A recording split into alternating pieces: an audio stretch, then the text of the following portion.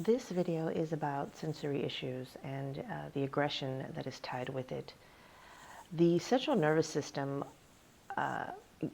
gets tightly wound up in our children, and it needs a release, and they can release through sensory, through feeling, through touch.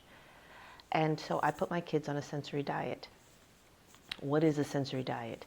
A sensory diet is where every day on a regular basis we were doing something that would allow them to release in a sense. So a lot of touch was one, and I had two children on the spectrum, and they were very different. So one craved the deep touch and wanted deep massages and wanted big bear hugs and things like that, and she got them. And my other child did not. Don't touch me. I don't like that. So when little boys wanted to wrestle with him, he was like, I'm not fucking doing that. You got to touch me to do that. And so he didn't like that. So they're different. However, they both benefited from having a sensory diet.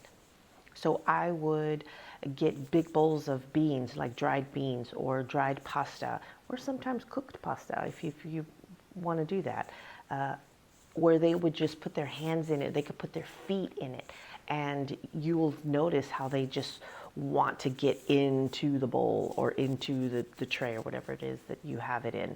I bought a big giant storage tub, the kind that you slide under your bed, and I used to have it filled with rice, and I would hide little trinkets, little cars or little dinosaurs in it, and they would have to go and scoop and find it, and they got their sensory activity that way as well. Another thing you can do is I would buy these cheap trays at the dollar store along with shaving creams, cans of cheap shaving cream. And now if you have a child that puts everything in his mouth, this is not for you. Or you could do it with supervision and just watch them, make sure they don't eat it, obviously. But I would spray it on the tray, and they would play with it, and I would use words, squishy, puffy, clouds, things like that, because I have one that's nonverbal. And so I was always trying to surround my children with some type of education. Neurotypical children are not like that, but our children, they need a nice, healthy environment to always be learning. I wanted them to learn how to speak. Another thing is I got a trampoline. You might have a big giant trampoline in your backyard. I didn't have that. I had an indoor trampoline that I used with a bar. And to this day I have one, like for a grown up. We got rid of the little kid one. But I have a nice big giant one with bungee cord, so it doesn't go ear, ear, ear, ear like that, because that kind of drives me crazy. But bouncing, jumping, rebounding, it also helps. And you will notice that if you put one of those in your house and you let them jump, it helps to ground them. It helps to get their central nervous system out. It gets the wiggles out. Let's just put it that way. It's not a medical term. It gets the wiggles out, and it helps them to calm down.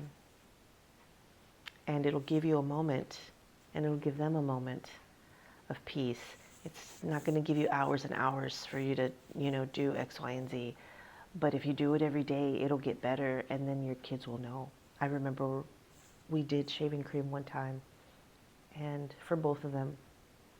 And I walked away for just a second to go do something, and I came right back. When I came back, that shaving cream was all over the wall, and it was all over the brick on the fireplace. And I came in and I was like, what happened? And my son had all this shaving cream, and he's like, I couldn't help it, Mom. And I was like, I kind of laughed. We laugh about it.